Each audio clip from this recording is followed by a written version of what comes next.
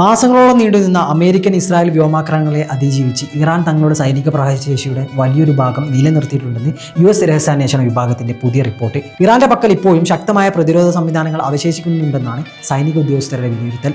യുദ്ധത്തിന് മുൻപുണ്ടായിരുന്ന ഡ്രോണുകളുടെ 40%, മിസൈൽ ലോഞ്ചറുകളുടെ 60%-ലധികം ഇറാന്റെ പക്കൽ സുരക്ഷിതമാണെന്ന് റിപ്പോർട്ടുകൾ വ്യക്തമാക്കുന്നു. ഗുഹകളിലും ഭൂഗർഭ ബങ്കറുകളിലുമായി ഒളിപ്പിച്ചിരുന്ന 100-ലധികം മിസൈൽ നിക്ഷേപണ സംവിധാനങ്ങൾ നിലവിൽ ഇറാന്റെ പക്കൽ സുരക്ഷിതമാണ്. തകർന്നടിഞ്ഞ ആയുധപ്പുരകളിൽ നിന്നും ഭൂഗർഭ കേന്ദ്രങ്ങളിൽ നിന്നും മിസൈലുകൾ വീണ്ടെടുക്കാനുള്ള ശ്രമങ്ങൾ ഇറാൻ ഊർജിതമാക്കിയിട്ടുണ്ട്. ഈ പ്രക്രിയ പൂർത്തിയാകുന്നതോടെ ഇറാന്റെ ആയുധശേഷി 70% വരെ തിരിച്ചുപിടിക്കാൻ അവർക്ക് സാധിക്കുമെന്ന് ഉദ്യോഗസ്ഥർ കരുതുന്നു. ഇറാന്റെ ആയുധ നിർമ്മാണശാലകൾക്ക് കാര്യമായ നാശനഷ്ടങ്ങൾ സംഭവിച്ചിട്ടുണ്ടെങ്കിലും ലോകത്തെ ഏറ്റവും പ്രധാനപ്പെട്ട സമുദ്രപാതകളിലൊന്നായ ഹോർമുസ് കടലിടുക്കിലൂടെയുള്ള ചരക്ക് നീക്കം തടസ്സപ്പെടുത്താൻ ആവശ്യമായ ശേഷി ഇപ്പോഴും അവർക്കുണ്ട്. വരും കാലങ്ങളിൽ ഹോർമുസ് കടലിടുക്കിനെ ഒരു തടവറയാക്കി മാറ്റാൻ ഇറാന് സാധിക്കുമെന്നാണ് അമേരിക്കയുടെ ഭയം. ഭാവിയിൽ ഒരു സംഘർഷമുണ്ടായാൽ ഹോർമുസ് കടലിടുക്ക് അടച്ചുപൂട്ടുക എന്നതായിരിക്കും ഇറാന്റെ ആദ്യ തന്ത്രമെന്ന് മുൻ ഇസ്രായേൽ സൈനിക ഉദ്യോഗസ്ഥർ നിരീക്ഷിക്കുന്നു.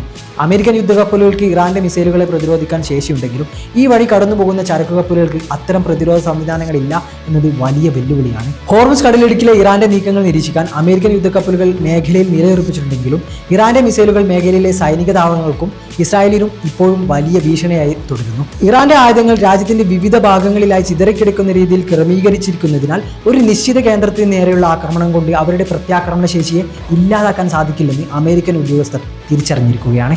മേഖലയിൽ സംഘർഷം കടുത്തപ്പോഴും 2 ആഴ്ച വെടിനിർത്തൽ പ്രഖ്യാപിച്ച സാഹചര്യത്തിലും ഇറാൻ തങ്ങളുടെ ബാലിസ്റ്റിക് മിസൈലുകൾ കൂടുതൽ സജ്ജമാക്കുന്നതായി സൂചനകളുണ്ട്. തദ്ദേശീയമായ നിർമ്മാണശേഷി നിലനിൽക്കുന്നത് കൊണ്ട് തന്നെ പുറത്തുനിന്നുള്ള വിഭവങ്ങൾ തടഞ്ഞാലും ആയുധ ഉൽപ്പാദനം തുടരാൻ ഇറാൻ കഴിയുന്നുണ്ട്. ഇത് പശ്ചിമേഷ്യയിലെ സുരക്ഷാ സാഹചര്യങ്ങളെ കൂടുതൽ സങ്കീർണമാക്കുന്നു. ഇറാന്റെ ഈ സൈനിക കരുത്തിനെ പ്രതിരോധിക്കാൻ നിലവിലെ നയങ്ങൾ എത്രത്തോളം ഫലപ്രദമാണെന്ന കാര്യത്തിൽ അമേരിക്കൻ ഭരണകൂടത്തിനുള്ളിൽ തന്നെ ചർച്ചകൾ സജീവമാണ്. അന്താരാഷ്ട്ര എണ്ണ വിപണിയെ സമ്മർദ്ദത്തിലാക്കാനും അതുവഴി തങ്ങൾക്കെതിരെയുള്ള നീക്കങ്ങളെ ചെറുക്കാനും ഹോർമുസ് കടലിടുക്കിലെ സ്വാധീനത്തെ ഒരു തന്ത്രപ്രധാന ആയുധമായി ഇറാൻ ഉപയോഗിക്കാനുള്ള സാധ്യതയാണ് ഇപ്പോൾ നിലനിൽക്കുന്നത്.